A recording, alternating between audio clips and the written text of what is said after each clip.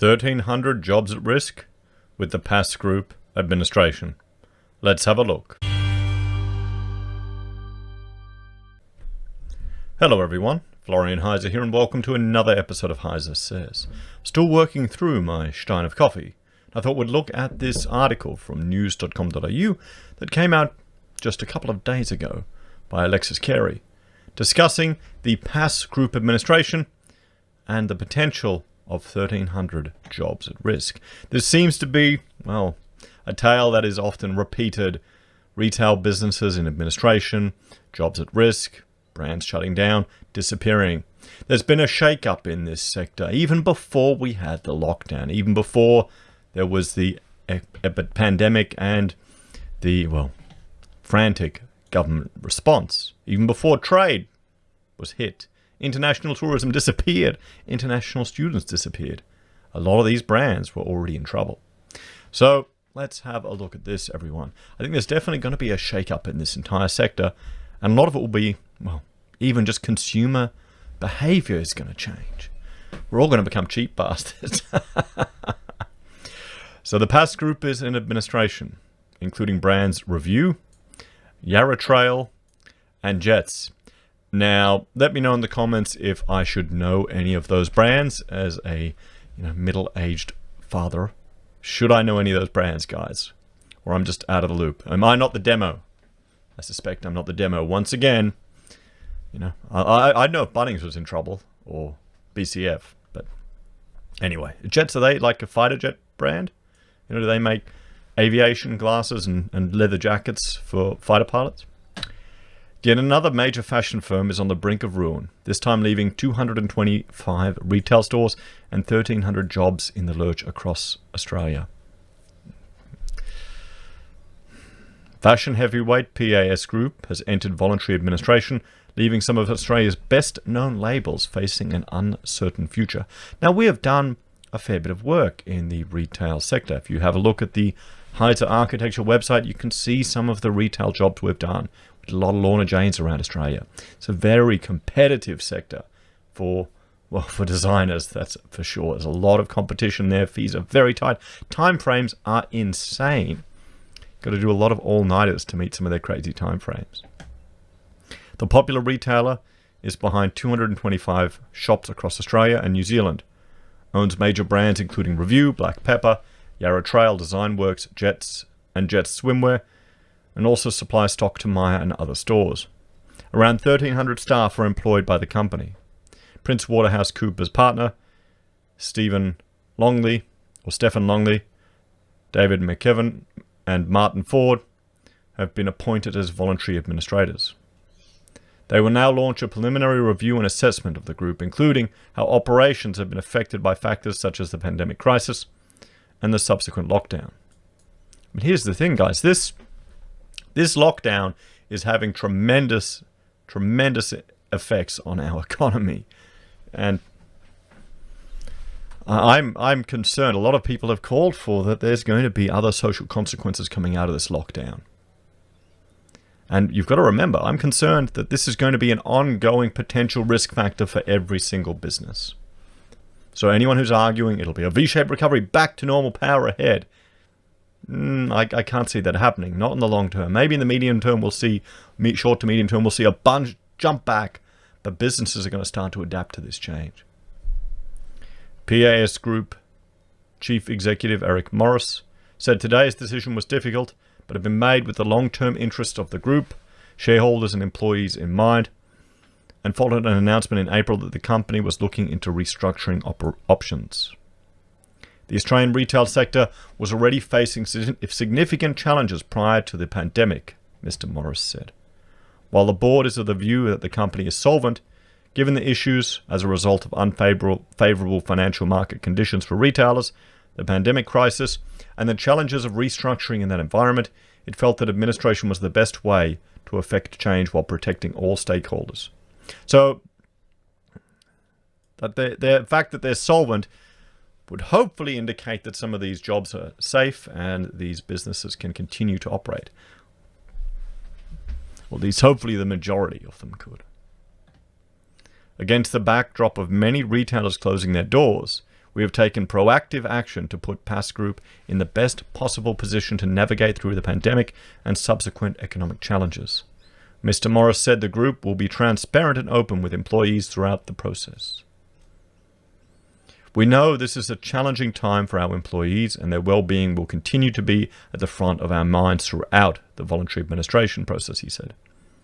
The objective of the board and management is for the group to emerge from this process in a strong and sustainable position that will carry us into the future.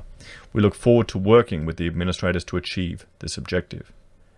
Mr. Longley said the administrators will be seeking to assess the best options for the business with a view to restructuring it for a more sustainable future in the weeks to come. So what that is telling me is that they're going to be looking at which shops they need to cut, which jobs will need to go. Because there's probably some unsustainable operations here in retail. It's definitely going to be interesting to see what happens to the retail sector in this year, guys. It's definitely going to be one to watch. PAS Group stores will continue to trade as normal in line with current local restrictions across Australia and New Zealand, and all store credit and vouchers will be honoured. Okay, so this is the Yarra Trail brand, so it's not surprising I'm not in the demo. Retail woes. The announcement comes hot on the heels of a slew of other high-profile Australian businesses that have folded in 2020. It started early on in January 7, when its revealed department store, Harris Scarf, was set to shut 21 stores across 5 states over the course of just 1 month after the retailer was placed into receivership in December. Just days later, McWilliams Wines, the country's 6th largest wine company that has been run by the same family for more than 140 years, announced it had also entered voluntary administration. And remember, all of this was before we had the lockdown, everyone. Before the lockdown happened. Then it was popular video games chain EB Games' turn, with the business confirming it was closing at least 19 stores across the country within weeks. Now, I'm a gamer, and I honestly, I buy them all on Steam or GOG or Epic. I only ever go into EB Games when Rachel's shopping and I'm bored and I want to look at the knickknacks. I'm surprised they're still going on, although they obviously have shifted. They've shifted market significantly. The PC game section is virtually non-existent. Can you even get big box PC games anymore, guys? Back in the day, remember, you'd get a nice big box, you get a big, thick, chunky manual. None of that anymore. Yet prices are the same. Anyway, while fashion chain Bardot is also planning to shutter 58 stores across the nation by March. In January, it also emerged that Curious Planet, the education retail previously known as Australian Geographic, which is owned by parent company Co-op Bookshops, would pull 63 stores across Australia after failing to find a buyer for the brand. While denim chain Jeans West entered voluntary administration that month, and tech giant Boss also revealed it will close all Australian stores and 119 across the globe, largely as a result of the rise in online shopping. This year, German supermarket Kaufland also pulled out of Australia before it had even begun, investing millions into the expansion before making a hasty exit this year to focus on its European operations. And millions, $500 million they invested, $500 million they put into the country here in Australia. Handbags and accessories chain Colette by Colette was also placed into voluntary administration in late January, leaving 300 jobs and 140 stores in the lurch. While furniture, homewares and handcrafts store Ishka also collapsed in February. Now, Ishka is an interesting one. Ishka is a very interesting example. They pretty much got into trouble because their imports for the Christmas period was held up due to a paperwork error, apparently. It was held up, so they didn't have enough stock to sell. So that one lot of imports was enough to drop their whole business.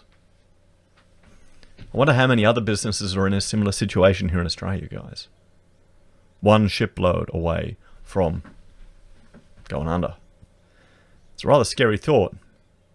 And this is the thing where, we've got all this discussion now about industrial relations, all these things, and jobs, and people wanting to get the security of a full-time job. It ain't that much more secure, to be honest, if the business is running on a knife edge. So in just weeks ago, and one thing there, if you're losing all these perks of being a full-time employee, but you should be getting it compensated in extra pay, what would you rather? Would you rather have that money that you're owed, which is these entitlements, held by your business, or would you rather have it in your own pocket? I know what I would prefer. And just weeks ago, it was revealed denim icon G-Star had entered administration, with Ernst & Young, Justin Walsh, Stuart McCullum, and Sam Freeman appointed administrators. G-Star. I'm so out of fashion, guys. I've never even heard of them. This year's dismal first fortnight. I don't know. I never really got jeans, to be honest. This year's dismal first fortnight for retailers follows a horror 2019 that brought the collapse of a slew of Aussie businesses, with some international players also folding in recent months. Last January, menswear retailer Ed Harry went into voluntary administration. And a week later, Aussie sportswear favourite Skins also revealed it was on the brink of failure after applying for bankruptcy in a Swiss court. And at the end of the month, Napoleon Perters' beauty empire appointed administrators, although it was saved from liquidation by Kuba Investments 3 months later. Footwear trailblazer Shoes of Prey also met its demise in March last year, along with British fashion giant Karen Millen, which in September revealed it would soon shut all Aussie stores, leaving 80 jobs in peril. In October, celebrity chef Shannon Bennett's Melbourne burger chain Benny Burgers was also placed into administration, followed by 7 Red Rooster outlets in Queensland just days later, and then Aussie activewear sensation Star Runner, which has since been sold to Ascent Group Limited. In November, it was revealed that popular furniture and homewares company Zanu was in trouble after it abruptly entered voluntary administration, leaving angry customers in the lurch. Later that month, Muscle Coach, a leading fitness company, was put into voluntary administration after a director received a devastating diagnosis and the company racked up $1 million in debts. Now, I don't know if that's got more to do with just the personal circumstances of that director. Then it was the famous Cretini's restaurant chain, turned to enter administration with 13 sites, and then Dimmies. But Dimmies was actually saved, guys. Dimmies didn't go under. Leading Australian fashion designer Alex Perry closed his only bricks and mortar store in Sydney, announcing he will focus solely on online. And the Australian chain, we already read about this chain, after rescue sales stalled. So there you go, guys. Another victim of, well, the retail apocalypse that has been ongoing for the last 2 years here in Australia. Perhaps this pandemic economic lockdown has just been the pin that burst the bubble, and it's just going to exacerbate what's happening. I feel sorry for the 1,300 people who are employed there, whose jobs are at risk, but sadly, they're not alone at the moment. There are lots of people in trouble. Anyway, guys, thank you for watching. Please like, share, and subscribe to the channel. Let me know your thoughts and opinions in the comments below. Do you think we'll see more and more of this? Will people's buying behavior and consumer habits change? As always, thank you for watching. If you want to support the channel, there are a few ways you can. You can join us on YouTube or Patreon. You can support us via using our affiliate links at Amazon or eBay, or Independent Reserve and Kucoin. You can buy our merch from HeiseSays, support us via Gold Pass from the Perth Mint, or you can also use PayPal. Take care. I'll see you in the next video.